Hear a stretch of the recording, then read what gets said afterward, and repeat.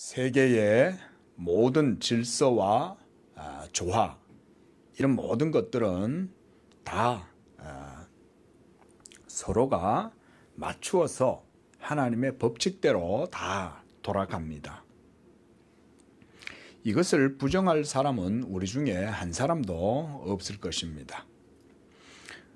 그러함에도 불구하고 어떻습니까? 인생들의 삶은 이러한 하나님의 창조 질서와 조화, 이런 법칙들을 무시하고 살아가고 모두가 각자 마음에 원하는 대로 행동하고, 그래서 세계 만물 가운데 깊이 들어오져 있는 이러한 하나님의 도덕적 법칙, 우리가 이것을 그래서 노모스다 이렇게 말을 합니다.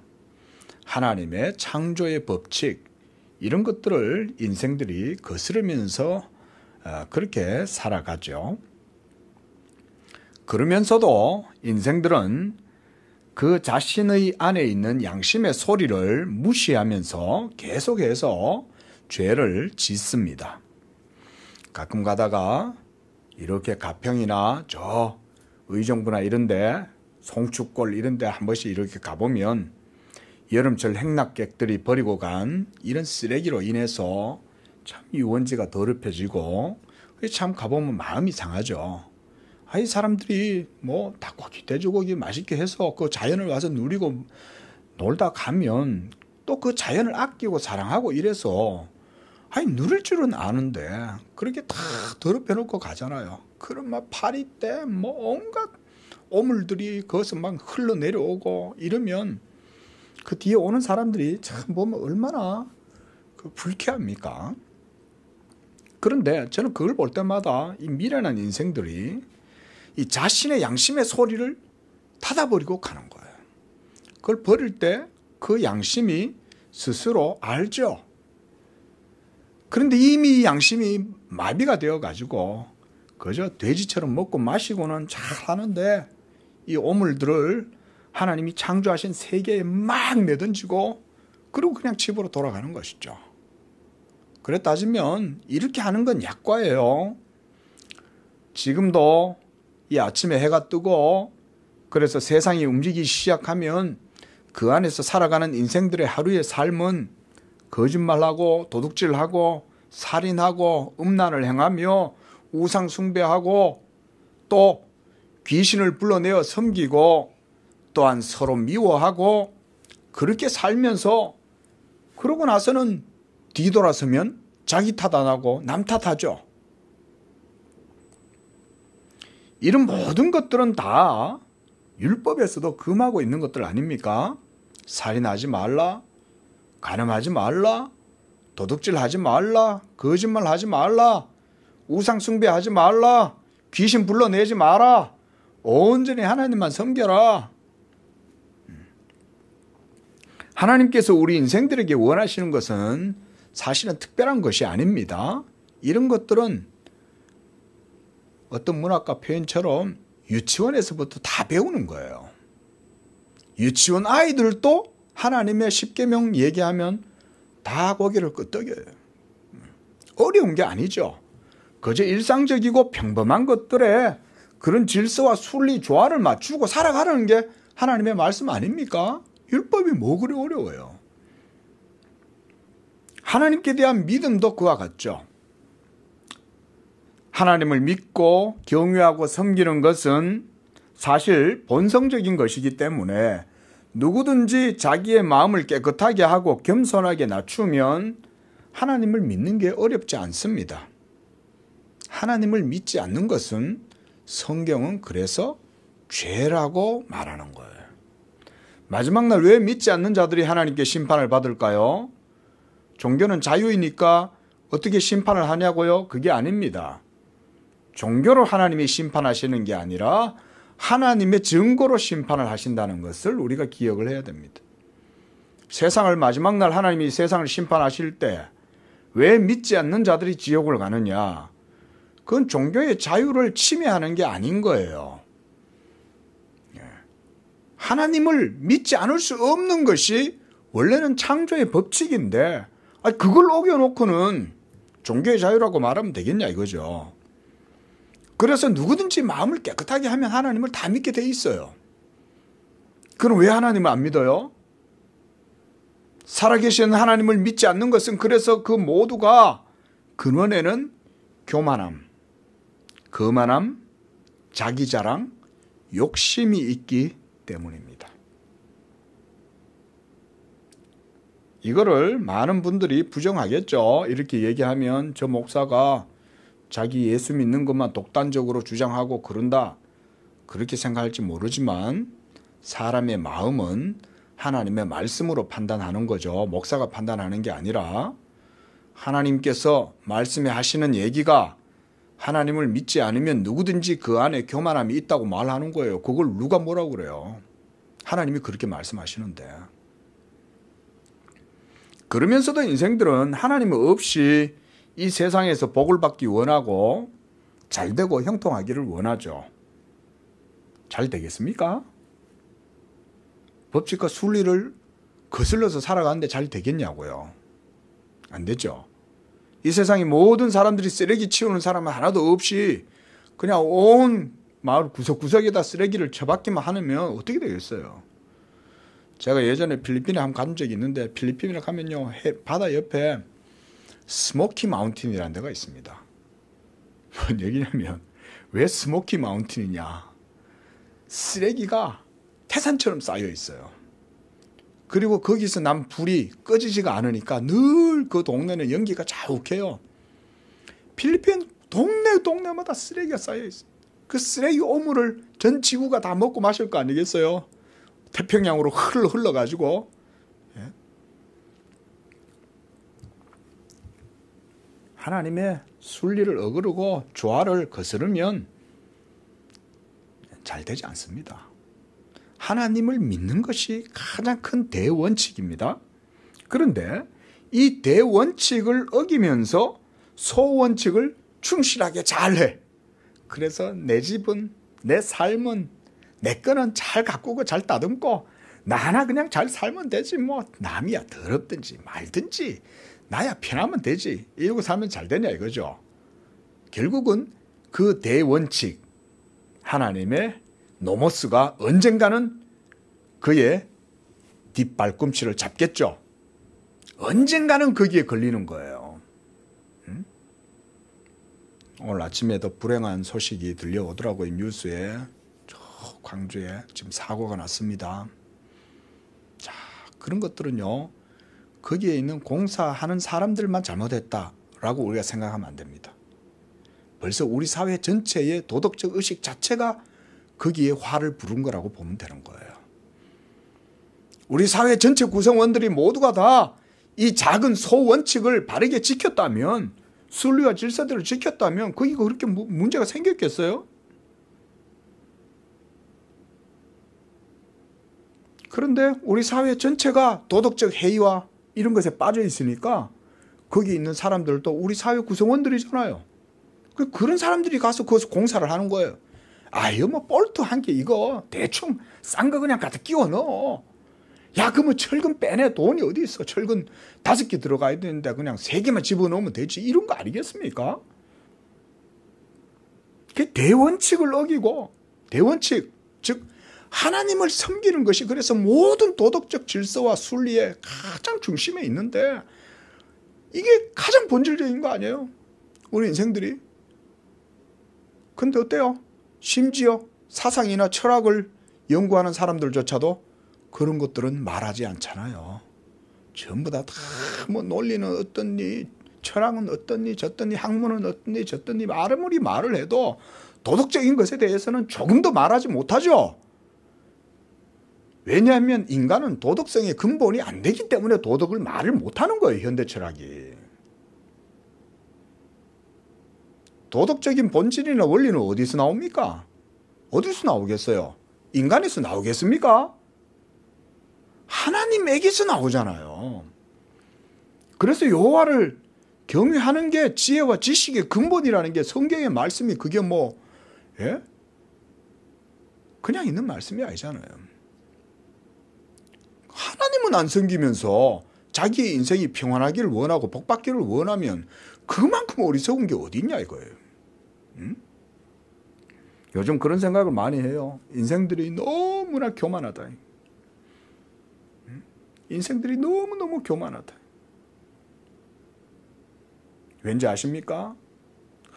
배은망덕하고 감사할 줄 모르잖아요, 인생들이. 하늘의 태양에, 공기에, 물에, 햇빛에, 이 모든 우리 주변에 둘러싸여 있는 것들이 모두가 다 감사한 거 아닙니까? 근데 오늘도 인생들은 뭐라고 말을 합니까? 내가 인생을 살고, 내가 했고, 내가 오늘 뭘 했고, 다 이러고 자기 자랑 늘어놓으면서 다른 사람 무시하고, 창조의 순리와 법칙 무시하고, 지 마음대로 그냥 막 삶을 살아가면서 다른 사람이야 억울하든 다른 사람이야 울분을 토하든 슬퍼하든 괴롭든 상관없이 그저 자기 주머니만 차고 자기 배만 부르면 되지 이러고 다 살아가는 거 아니에요. 그러면서 감사할 줄도 모르잖아요. 오늘 하루 삶을 주고 시간을 주고 기회를 주신 천지 만물의 창조주 하나님께 대해서는 감사하지도 않잖아요. 그래 놓고는 인생의 주인은 자기라고 생각하고 인생들이 산단 말이죠. 얼마나 교만합니까? 그래 놓고는 전부 다 문학에 빠지고 예술에 빠지고 음악에 심취한다면서 혼자 잘난 척하고 고상한 척 하잖아요. 교만한 거 아니에요? 하나님께 공기를 주신 하나님께 감사해 본 적 있습니까? 태양빛을 비춰주신 하나님께 감사해 본 적 있냐고요. 이 물을 만들어주신 하나님께 감사하고 사시사철 모든 세계 질서를 만들어주신 하나님께 감사해 본 적 있습니까? 밤을 주신 하나님께는 감사해 본 적 있냐고요. 인생들이. 그래 놓고는 본인이 가장 똑똑하고 본인이 가장 의롭다고 생각하잖아요. 이게 인생들이잖아요. 얼마나 교만합니까? 이제 이 정도 되면 조금 감이 오시겠죠. 인생들이 교만하다는 말이. 얼마나 교만하게 살아가는지 몰라요, 인생들이. 오늘 본문 28장 23절에서 선지자는 이런 일상적이고 평범한 농산일을 비유로 이스라엘 백성들이 얼마나 하나님 앞에서 한마디로 후한무치, 그 하나님의 율법과 그 신앙에서 벗어났는지를 보여줘요. 자, 농부가 농사를 지을 때에 모든 것은 자연의 순리를 따라서 행합니다. 만일 그렇지 않으면 누구라도 그 농부를 보고 다 비웃고 조롱할 거예요. 야, 이 사람아 자네 뭐하나 이 겨울에 이 엄동설안에 나가가지고 씨를 뿌리고 밭을 간다고 그러고 있냐, 정신 나갔냐 그럴 거 아니에요. 그렇죠? 그래서 만물은 다 때가 있으므로 자연의 순리를 따라서 질서대로 농사를 지으면 모든 것이 그때부터 조화를 부리기를 시작합니다. 그래서 농부들은 땅을 만지기 때문에 땅 속에서 뭐가 일어나는지를 보고 하나님의 창조 세계와 지혜와 능력을 경험하게 됩니다. 씨는 자기가 뿌렸지만 누가 자라게 해줘요? 사실은 자연이 자라게 해주잖아요. 그렇죠? 예? 그래서 거기에 또 거름을 주는 법도 배우는 거죠. 거름을 주면 곡식이 훨씬 더 무성하게 결실을 맺는다는 건 그들은 어떻게 깨달았을까요? 예? 그 속에 미생물들이 작용을 해가지고 또 지렁이가 또 막 그 속에 지렁이가 변을 보면 거기에서 또 아주 갖가지 유기물들이 생기고 무기물들도 생기고 이러면서 그것이 식물을 아주 기름지게 하고 땅을 기름지게 막 비옥하게 만들어주잖아요. 그래서 봄이 되고 아즈랭이가 피어오르기 시작하면 땅이 서서히 녹기 시작하고 겨울잠을 자던 미물들도 햇빛을 보려고 흙을 뚫고 다 올라옵니다. 겨우내 다 죽었는 것 같은데 어디서 또 다 기어나와요. 누가 그렇게 하겠어요? 하나님이 다 보존해 놓으신 거 아니겠어요? 그래가지고는 지렁이가 활동하기 시작하고 땅강아지도 활동하고 두더지도 활동을 시작합니다. 그리고 또 미생물들도 땅에 있는 음식 찌꺼기들을 분해해가지고 토양을 비옥하게 하고, 예? 그래서 농부가 부드럽게 녹은 그 땅을 이제 갈기 시작하죠. 그러면은 갈고 난 다음에 1항을 읽으면 그 다음에 어떻게 합니까? 요즘 같으면 옛날에야 이제 말하자면 썰애질이라 그러잖아요. 썰애질. 근데 요즘은 이제 로터리라는 게 있어가지고 트랙터가 탁 영농 기계화 돼갖고는 얼마나 농사 짓기가 편합니까? 로타리가 확 지나가면은 막 땅을 깊숙하게 갈아엎으면서 동시에 흙을 잘게 싹 부드럽게 갈아엎어요. 그럼 거기에 이제 채소를 심을 수 있도록 땅을 아주 이렇게 깔끔하게 해놓으면, 그래놓고는 이제 거기다가 이제 씨를 뿌리고 이렇게 하는 거죠. 자, 26절을 보면 하나님께서 그래서 이 농사 짓는 농부에게 지혜와 지식을 주셔서 땅을 어떻게 일구어 먹을 것인지, 키울 것인지 그 방법을 하나님이 보여주신다, 이렇게 말씀을 합니다. 이는 그의 하나님이 그에게 적당한 방법을 보이사 가르치셨습니다. 이 말은 농부들에게 하나님이 지혜를 주셨다, 그 얘기인 거예요. 그래서 농사 짓는 사람들은 다 그런 지혜가 있습니다.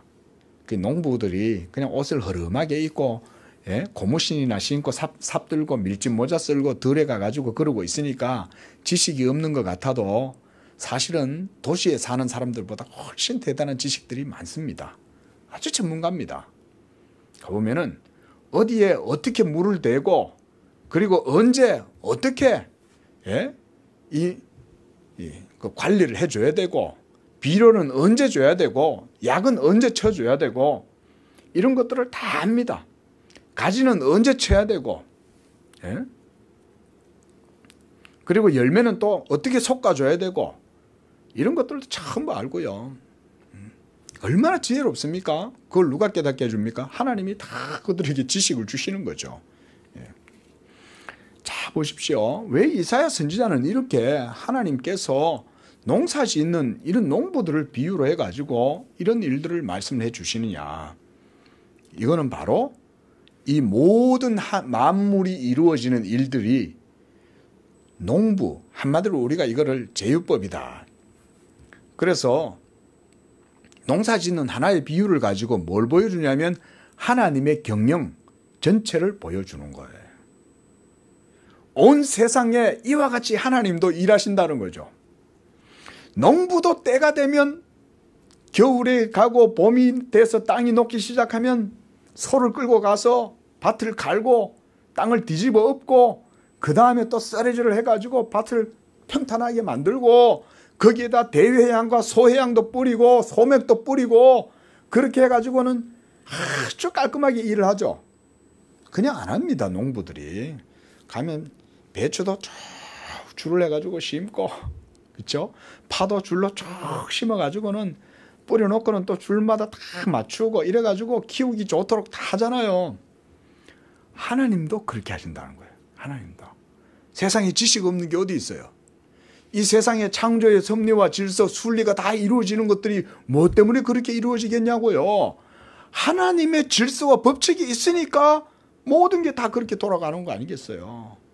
그러니까 그런 것들을 가지고 이와 같이 하나님의 섭리와 역사를 보여주는 겁니다. 우리는 이런 걸 날마다 상식적으로 보면서도 하나님이 역사하신다는 것은 조금 더 생각을 못 하잖아요.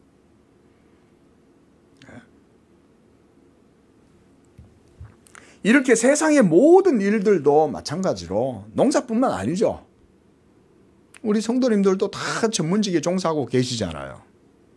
기계를 다루는 사람들, 음식 만드는 분들, 또 음악을 하고 예술을 하고 또 교육도 하고 행정도 하고 또 의료, 의술행위들도 하고 각각 모든 세계 모든 분야의 일들이 다 보면 결국은 하나님의 창조의 질서와 섭리, 순리에 맞추어서 지혜롭게 행해야 바르게 일을 성취할 수 있지 않습니까? 이사야 선지자가 오늘날 활동했다면 아마 이런 얘기를 했을 거예요. 그때는 농사 짓는 일들이 또 목축하는 일들이 주로 많았으니까. 세상의 어느 한 부분도 하나님의 창조 질서 순리를 벗어나서 행해서 될 일은 하나도 없습니다. 이렇게 만물이 이루어지는 일들도 모두가 다 하나님이 하시는 일을 보여준다고 할 수가 있어요. 하늘의 태양이 그리고 1년 365일 저 천공의 모든 질서가 이루어지는 걸 보세요. 주의 손가락으로 만드신 하늘과 달을 내가 보오니 하나님께서 이 모든 세계를 다 그와 같이 이루신다. 행하신다. 이렇게 만물이 이루어지는 일들도 모두가 다 하나님이 하시는 일을 보여준다. 이렇게 이 농부의 예를 들어서 우리에게 말씀해 주시는 거예요. 이처럼 하나님도 자기의 일을 하시며 만물을 그분의 뜻 가운데 경영하시고 그래서 기묘하고 지혜롭게 행하고 계시는 거예요. 그래서 이사야는 이러한 세상의 모든 일들, 농사뿐만 아니라 만민들이 종사하는 직업이나 모든 영역이 하나님의 창조 질서 순리를 보여주는 것처럼 하나님도 하나님의 일을 하고 있다고 말하고 있는 거예요, 지금. 하나님은 지금도 일하고 계시는 줄로 믿으시기 바랍니다. 예?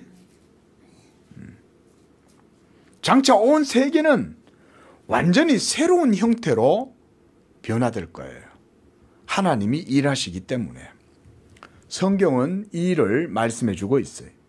이사야서 65장 17절에 보면 보라 내가 새 하늘과 새 땅을 창조하나니 그랬습니다. 또 이사야서 66장 22절에 나의 지을 새 하늘과 새 땅이 내 앞에 항상 있다 이렇게 말씀을 합니다. 또 베드로후서 3장 13절에서도 우리는 그의 약속대로 의에 거하는 바 새 하늘과 새 땅을 바라보도다 이렇게 말씀했습니다. 새 하늘과 새 땅.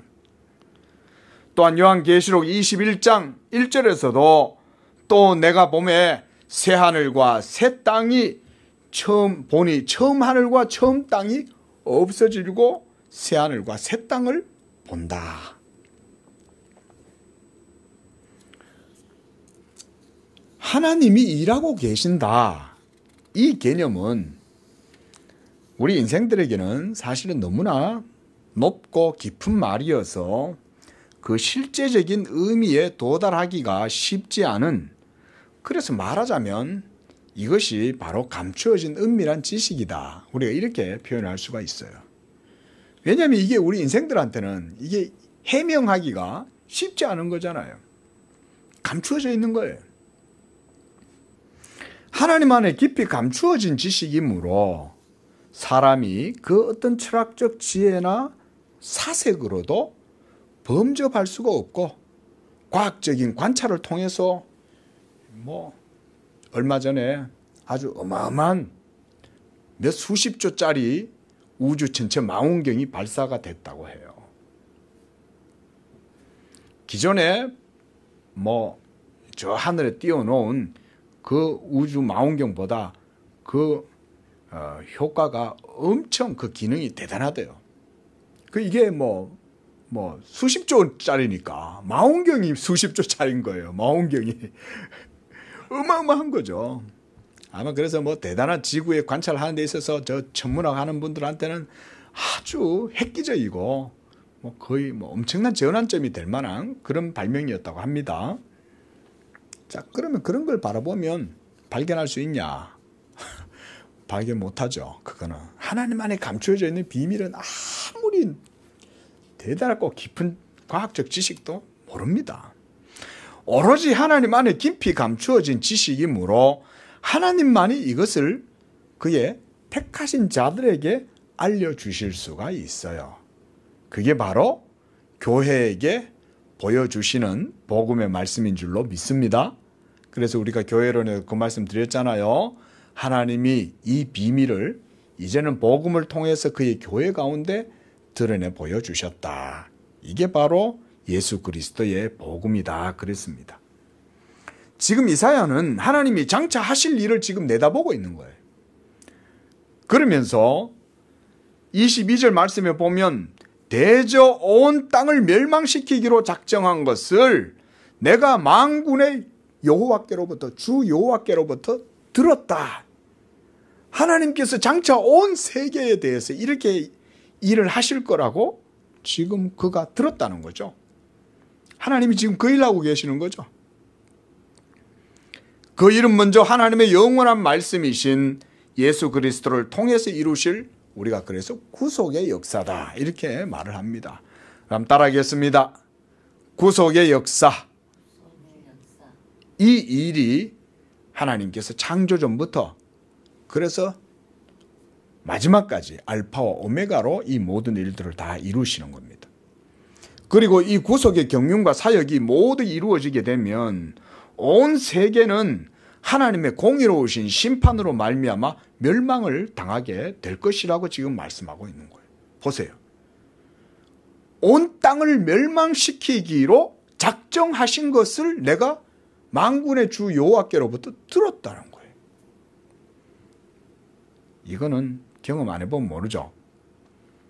아마 노아 홍수 이전에 사람들이 에녹에게서부터 무드셀라에게서부터 그리고 노아에게로부터 노아의 세 아들에게로부터 하나님이 온 세상을 멸망시킬 것이다.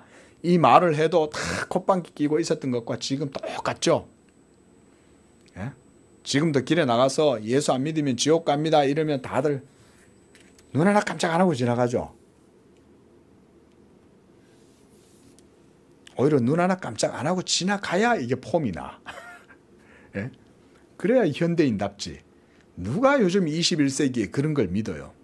응? 그런 거 듣고 겁내면 자존심 상해가지고 어떻게 그런 말을 듣고 나는 현대인이야 이러면서 눈 하나 깜짝 안 하고 그런 말 듣고도 무시하고 지나가는 게 현대인의 미덕이 아니겠어요? 어떻습니까? 마지막 날 이렇게 될 것 같습니까? 우리 성도님들은?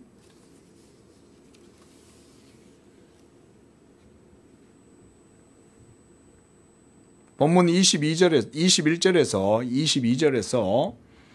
이사야 선지자는 하나님이 하시는 일에 대해서 말하면서 그의 능하신 행동은 비상할 것이며 또한 우리 눈에 기이할 것이다 라고 이렇게 말씀합니다.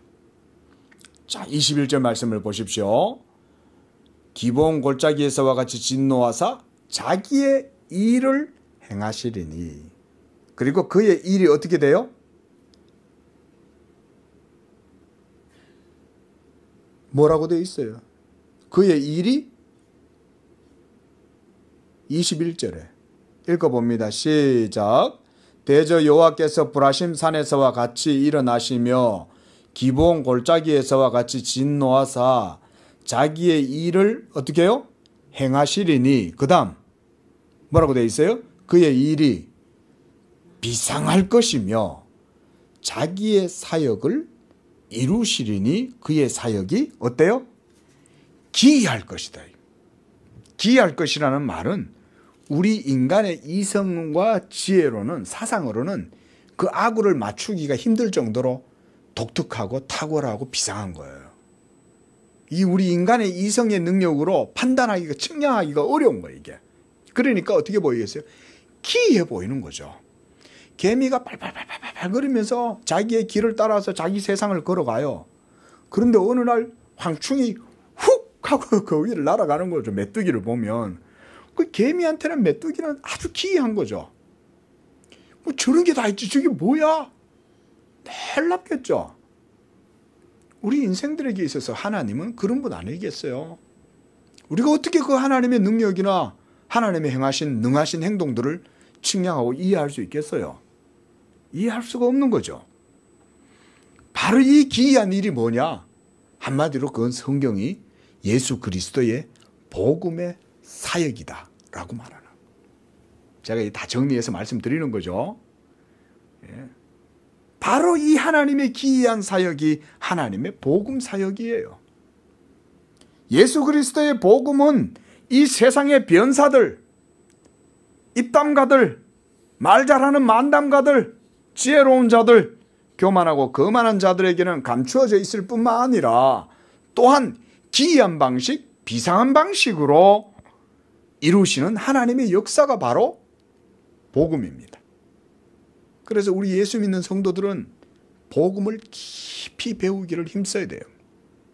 그저 단순히 복음이 어린아이들이 갖고 노는 무슨 몰랑몰랑한 방울사탕 같은 거 그런 게 아닌 거예요. 복음이라는 것은 하나님의 영원한 말씀이요, 하나님의 지혜요, 그 속에 놀라운 하나님의 모든 기이한 일들이 복음 속에 다 들어있는 거예요. 이게 복음인 거예요.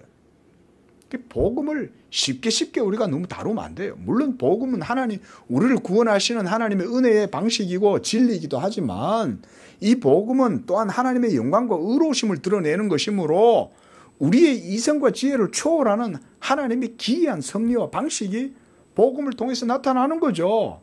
그게 복음의 경륜이에요. 그래서 우리 예수 믿는 성도들은 이 복음을 배워야 되는 거예요. 이건 철학이 아니잖아요.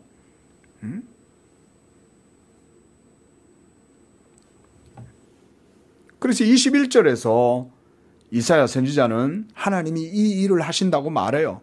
그래서 하나님이 일어나신다라고 이렇게 말을 하고 있습니다. 자, 하나님이 일어나신다. 이 표현도 뭐냐면 하나님의 때가 되었기 때문에 하나님이 이제 일하시려고 일어난다는 거예요. 가만히 앉아 계시다가 이제 하나님이 일할 때가 됐다 이거예요. 그래서 자 이제 밭에 갈러 가자.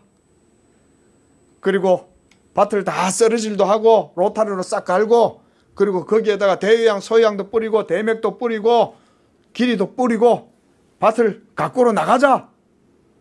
이게 하나님한테는 뭡니까? 세계 경영이죠. 뭐 옛날에 어떤 분이 뭐 세계 경영 이러면서 얘기하셨는데 하나님 경영이죠. 하나님의 경영. 온 우주 만물을 하나님이 그와 같이 하나님도 경영하시는 거죠. 여호와가 일어나신다. 하나님이 일어나셔서 일을 하시면 그 앞에서 모두가 다 어떻게 되겠어요? 하나님이 일어나신 후에는 이제 그가 행동을 하십니다. 그리고 이 하나님의 행동이 우리 사람의 눈에 비상하고 기이한 방식으로 보이는 거예요. 지금 이사야는 지금 그걸 보고 있는 거야. 장차 하나님이 일하실 것을 바라보고 있는 거예요. 우리가 알다시피 하나님의 하나의 행동은 영원한 행동입니다. 하나님이 무엇을 하나 행하셨다라고 하면 이것은 영원한 거예요. 그리고 그분의 영원한 뜻과 목적을 따라서 행하십니다. 이것이 이제 우리가 살아가는 이 시공간의 역사 속에 나타나서 실현될 때 그 하나님의 영원한 행동과 뜻과 목적이 우리들의 삶의 현실 속에서 이루어지게 되는 것을 우리가 보게 되는 겁니다. 그게 바로 이 양재교회입니다. 그게 바로 오늘날 이 한반도에 복음이 전해진 겁니다. 우리는 지금 그걸 보고 있으면서도 이 너무나 거대한, 너무나 거시적인 물결이 밀려오니까 모르는 거죠. 잘 모르죠. 하나님이 이렇게 지금 일하고 있다는 것을. 문호를 개방한 세국 정책으로 굳게 닫혔던 문을 하나님이 열어 제치는 거 아니시겠어요? 하나님 나라의 역사가 밀고 들어오는데 누가 그걸 막아요? 못 막는 거예요. 흥성대원군이라도. 예? 그러니까 강제적으로라도 하나님은 여시는 거예요. 이 나라에 복음이 들어가야 되는데. 예?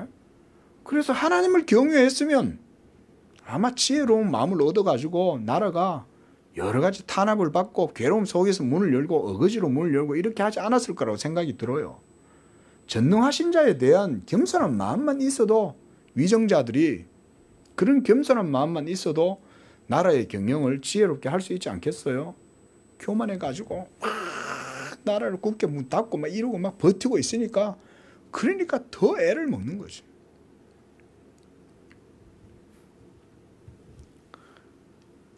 이 복음의 물결이 이 한반도에 밀려 들어오고 나가서 지금까지 계속 물이 흘러가면서 이 양재교회까지 흘러온 거 아닙니까? 제 얘기가 지금 그 얘기인 거예요. 양재교회가 이곳에 선 것은 하나님이 행동하신다는 거예요. 이곳에서 여전히 우리가 복음이 증거되어지고 사도적 신앙의 터위에 서서 날마다 사도신경을 고백하면서 우리가 사도들의 복음을 전하고 있잖아요. 이 하나님이 하시는 일인 거예요. 이런 게. 역사 속에 이렇게 이루어지는 거예요.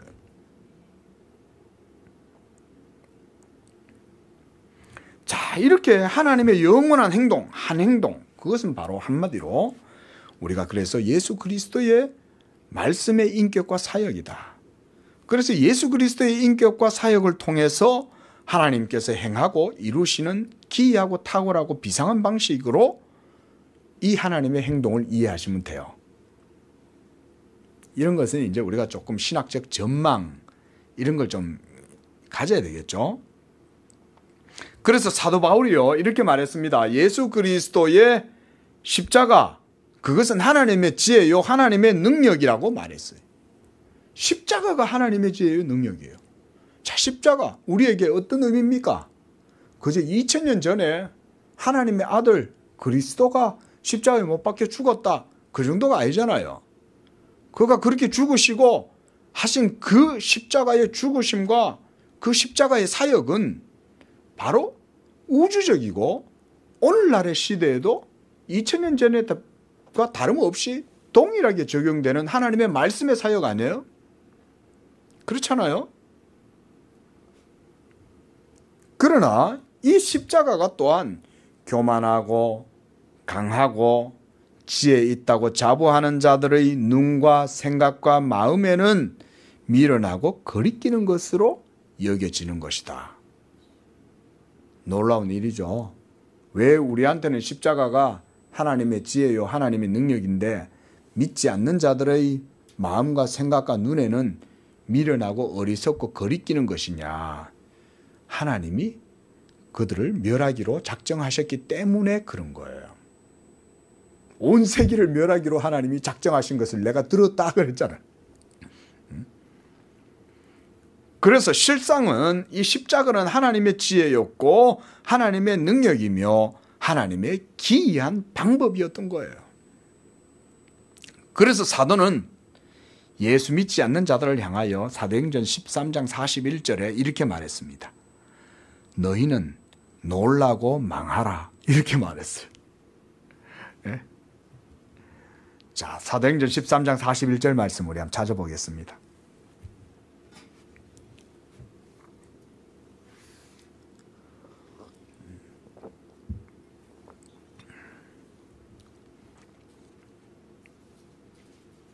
사도행전 13장 41절 말씀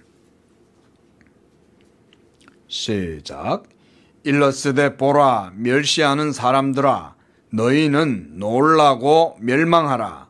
내가 너희 때를 당하여 한 일을 행할 것이니 사람이 너희에게 일러줄지라도 도무지 믿지 못할 기이하고 비상한 일이다 이 말인 거예요. 이게 예? 기이하고 우리 눈에 기이하고 비상한 일이니까 이게 우리가 이해를 못하는 거예요. 이게 그래서 사람들이 설명을 해줘도 뭔 말인지를 모르는 거예요. 이게 듣고 앉아있어도 뭔 말인가 이러고 있는 거예요. 왜? 예수 믿음에 대한 간절함이 없으니까 하나님이 행하시는 일에 관심이 없는 거예요. 이게 그러니까 온 세계가 장차 불로 멸망한다. 하나님이 온 세계를 공의로 심판한다. 하나님이 모조리 죄들은 싸그리다. 하나님의 공의로 다 심판한다. 이렇게 아무리 얘기해도 그 말이 그냥 그런가 이러고 있는 거예요.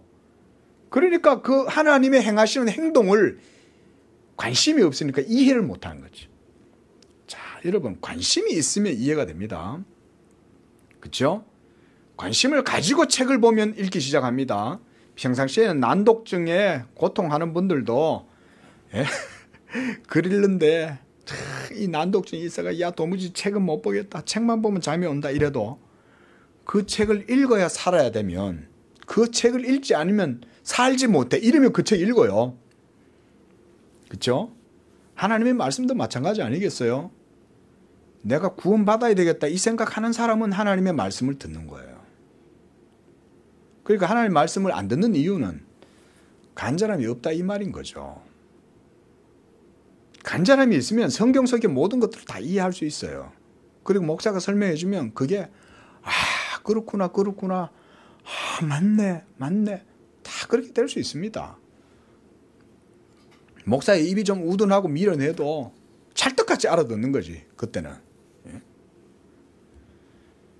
자, 그래서 지금 사도가 13장, 사도행전 13장에서 지금 왜 이런 맥락 속, 어떤 맥락 속에서 이 말이 나왔냐면은 유대인들이 하나님을 안 믿으니까 이 말을 하는 거예요. 그래서 너희는 놀라고 망하라. 하나님의 진노와 저주가 공의 가운데 너희들에게 이루어질 것이다. 이 말인 거예요. 그래서 이는 하나님의 보내신 자 예수를 믿지 않는 자들의 마음에 완악하고 죄악된 상태를 하나님께서 보내신 말씀, 예수 그리스도의 인격과 사역을 통해 드러내심으로써 하나님의 공의로운 심판과 정죄를 믿지 않는 자들이 당하게 되는 거예요. 이것이 바로 복음의 말씀입니다.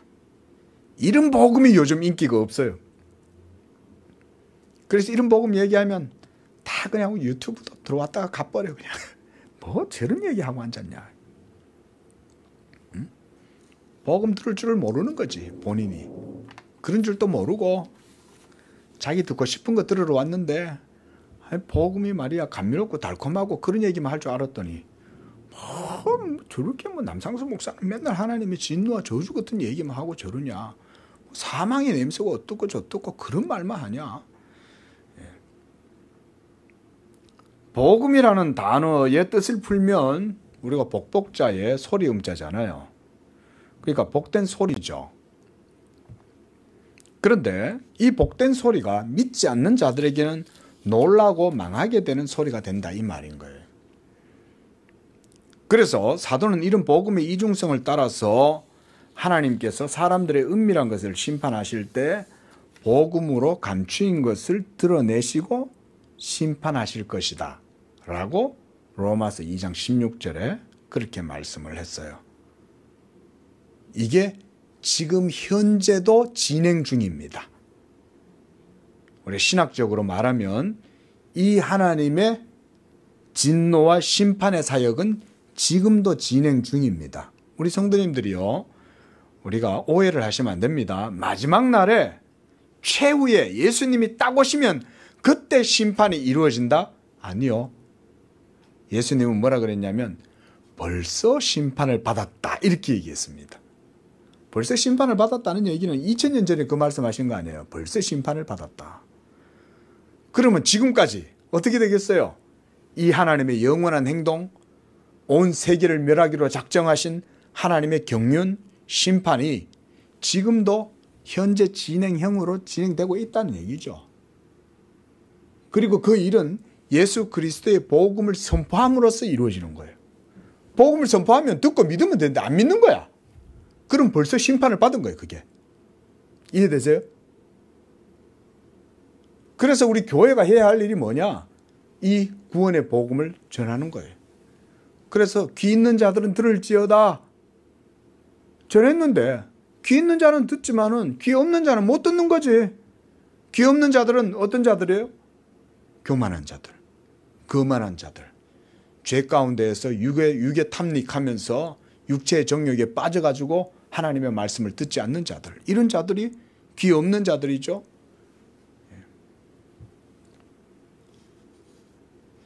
다시 15절 말씀을 보십시오. 앞에 15절 말씀 한번 보십시오. 거기에 이스라엘 백성들이 하나님 앞에 뭐라고 떠듭니까? 함께 읽어봅니다. 시작. 너희가 말하기를 우리는 사망과 언약하였고 스올과 맹약하였은즉 넘치는 재앙이 밀려올지라도 우리에게 미치지 못하리니 우리는 거짓을 우리의 피난처로 삼았고 허위 아래에 우리를 숨겼음이라 하도다. 위선과 가식 속에 자기들의 모든 행동들을 정당화시키고 다 숨겼다, 덮었다. 한마디로 포커페이스 했다 이거죠. 그런데 바로 16절에 하나님께서 그들의 소리를 듣고 이렇게 하나님이 그들의 교만함과 악한 꾀의 말에 대해 하나님이 응수를 하십니다. 뭐라고 하나님이 응수하십니까? 보세요. 시작. 그러므로 주 여호와께서 이같이 이르시되 보라 내가 한 돌을 시온에 두어 기초를 삼았노니 곧 시험한 돌이요 귀하고 견고한 기초돌이라 그것을 믿는 이는 다급하게 되지 아니하리라. 하나님이 이렇게 장꾀를 부리는 거죠. 우리 거짓말 치고 우리 숨을 거야. 우리는 허위 아래에 우리를 포장시킬 거야. 그래서 우리의 모든 죄악들이 드러나지 않을 거야. 예? 그럴 때 하나님은 뭐라 그래요? 하나님은 그걸 다 드러내신다는 거죠. 어떻게 드러내시는 거예요? 시온에 한 기초돌을 세워두고 그것으로 시험하겠다, 테스트하겠다는 거예요. 네가 선에 속했는지 악에 속했는지 내가 한번 보겠다는 거예요. 그게 하나님의 방법인 거예요. 그게 지금도 현재 진행형이라는 거예요. 이 사역이. 그래서 양재교회가 우리가 복음을 전하면 이 테스트의 돌이 가동하기 시작하는 거예요. 그래서 이 복음을 듣는 자들은, 예수를 믿는 자들은 이 시험에 패스. 하지만 예수를 믿지 않고 거절하는 자들에게는 걸려서 넘어지는 불합격. 그걸로 하나님이 테스트한다는 거예요. 그래서 여러분, 제가 설교 초두에 말씀드렸죠. 믿지 않는 자들은 왜 안 믿냐? 교만해서 안 믿는 거예요.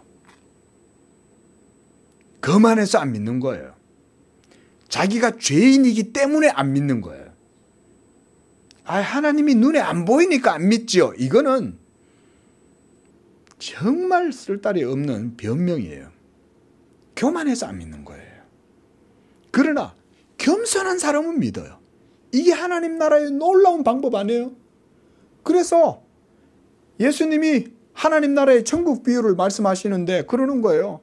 얘들아, 천국 잔치를 준비해 놨으니까 저 나가서 온 동네 사람들, 손님들 다 데려와라.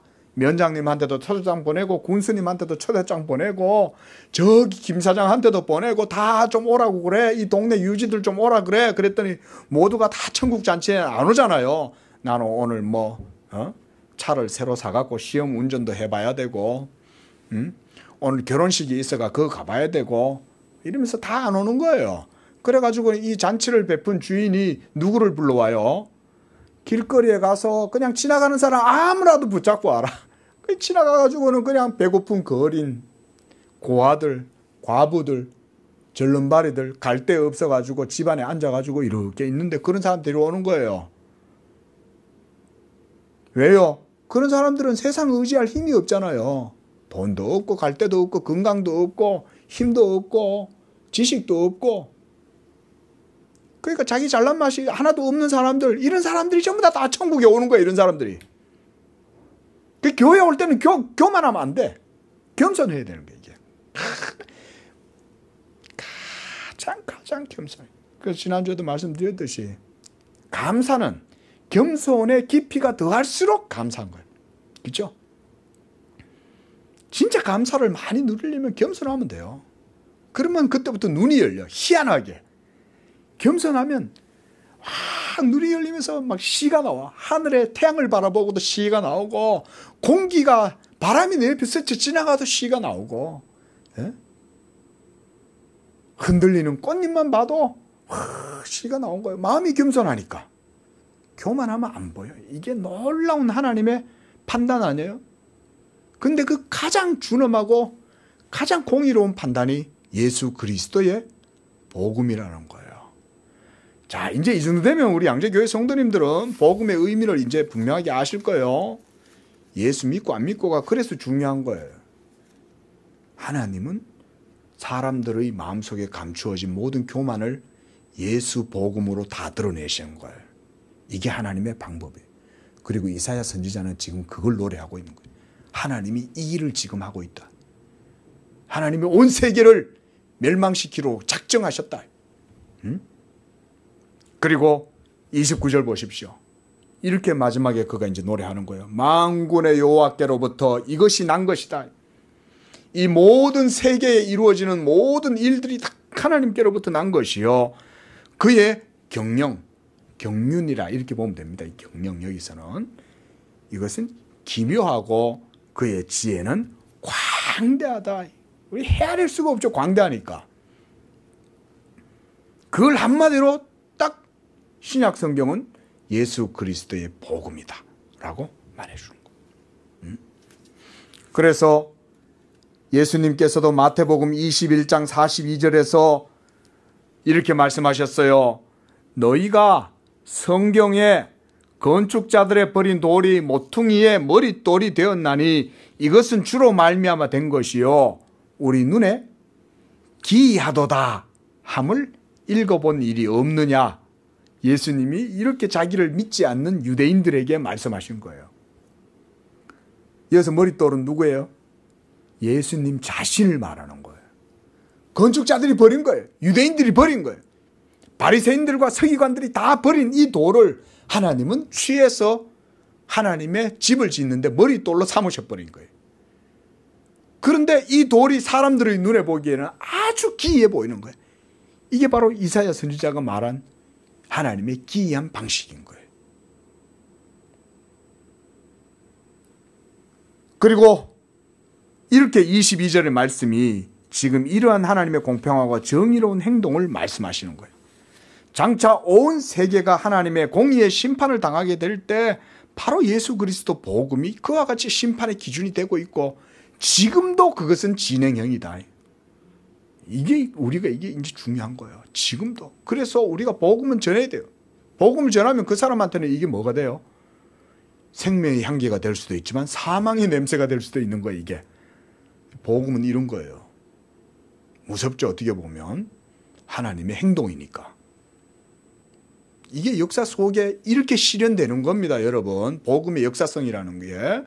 그래서 우리 양재교회는 이런 복음의 역사성을 지금 수행하고 있는 거예요. 믿으시기 바랍니다. 이게 우리 기독교 신앙입니다. 이런 건 철학이 아니잖아요. 그래서 교회 오면 철학 못 배워요. 하나님의 행동을 배우지. 하나님의 말씀을 배우지. 그래서 그리스도의 말씀이 우주의 시공간 속에 그 실체를 드러내실 때 그분 앞에서 모든 세계와 만물이 장차 어떻게 되겠습니까? 마지막 날 우리 주 예수님이 지금은 교회라는 이 인격체를 통해 가지고 이렇게 하나님이 자기의 말씀을 드러내고 계시는 거예요. 지금은 남산수 목사와 우리 집사님과 우리 성도님들, 권사님들을 통해서 하나님의 말씀을 지금은 이런 식으로 드러내고 계시는 거예요. 역사 속에. 우리가 살아가는 시공간 속에 우리 주변에 있는 모든 지인들 앞에서 이게 이루어지도록 하시는 거예요. 지금은. 그래도 아직까지는 구원의 문이 열려 있는 거죠. 그렇죠? 그 이리로 들어오면 돼. 이 복음 듣고 들어오면 되는 거예요. 그러나 이 문이 이제 닫히고 마지막 날 최후의 심판이 있을 그날이 되면 어떻게 되겠어요? 세계와 만물이 다 온갖 불의하고 죄악된 찌꺼기들이 이 하나님의 심판의 도관 위에 다 모조리 다 불살라져서 사라지게 된다. 자, 이 말씀을 좀 보고 마치려고 합니다. 보세요. 베드로 사도는요, 주님의 영광이 그리고 그분의 능력이 시공간 역사 속에 마지막 날 실체를 드러내게 될 때 어떻게 이 세상이 되냐면 베드로후서 3장 10절에서 이렇게 말해요. 우리 한 번 더 찾아보겠습니다. 베드로후서